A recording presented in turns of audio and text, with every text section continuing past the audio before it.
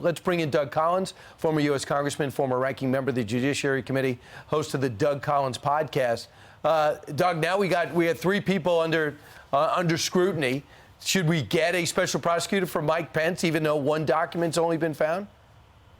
No, probably not. I think one of the bigger questions here is why is the classification process. And I think, Senator Cotton made reference to this, what it would be the actual impact of these documents. But there is a problem. And we saw this when I was in Congress. We talked about it in our Judiciary Committee, that we're over-classifying. There's a lot of stuff out there, like background documents. I mean, I'm pretty sure there's some probably sensitive stuff in there, but did it rise to the level of a national security risk? This is becoming a little bit out of hand. And really what started all of this, though, was how the Department of Justice, frankly, went after Donald Trump and the way they did it, the way the public way they did it. And now they're having to sort of go back and adjust to all of this that they're now finding. Yeah, it seems to be they opened a Pandora's box, to your point. If classified documents are that prevalent and they're that loosely held around Washington, D.C., you got to apply the law equally to everyone. But there still is the question of what is in the documents, specifically when it comes to the sitting president of the United States.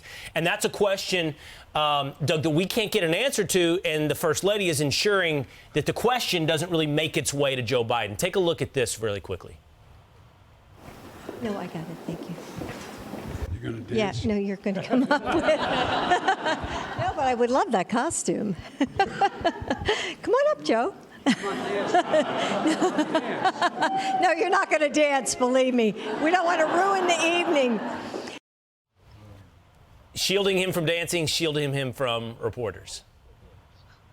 Yeah, it's really interesting here, and this has really gotten concerning because nobody, frankly, in all fairness to the First Lady, nobody elected her to answer questions for the president on issues that the press may have questions on. Now, they may not like the questions, they may not like the answers, but this is what his job is to answer these questions and to be a part of the process of people understanding. Really, what we've got to get into, again, in this classified document area is remember that we're talking about the top levels, the president's vice president. This is actually something that is prosecuted on military members, members in the government who do this inadvertently. So this has to be something now that we really take a look at. But really, I would rather prefer Joe Biden not shielding the president from questions, because I want to know if the president can actually answer the questions.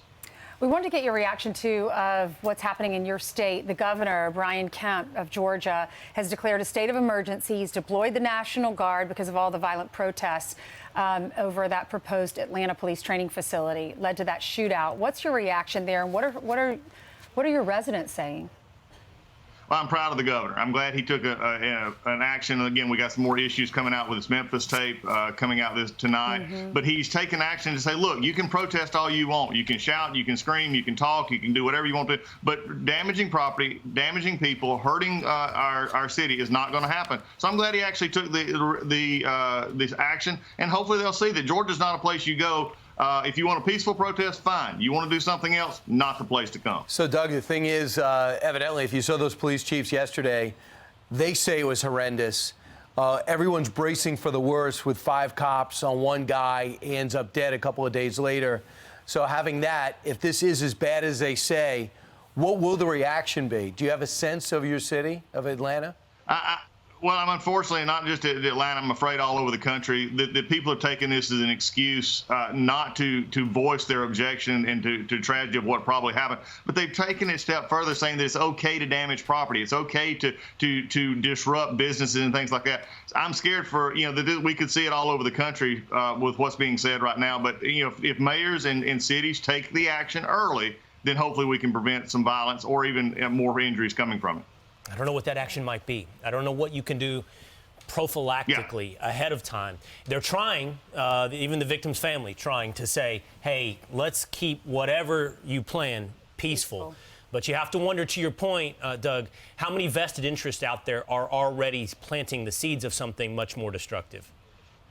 Well, exactly. And remember, most of the ones who were arrested last week in Georgia, most of them, I think only one was actually from Georgia. This has become a rolling platoon of folks who just want to go and create anarchy wherever they go. This is something that needs to be taken care of. And I think, if the DOJ was actually looking at something nationwide, this might be an area for them to look at. Yeah, all right. And they're going to release it on a Friday night, so there could be even more protests because most people don't have to work over the weekend.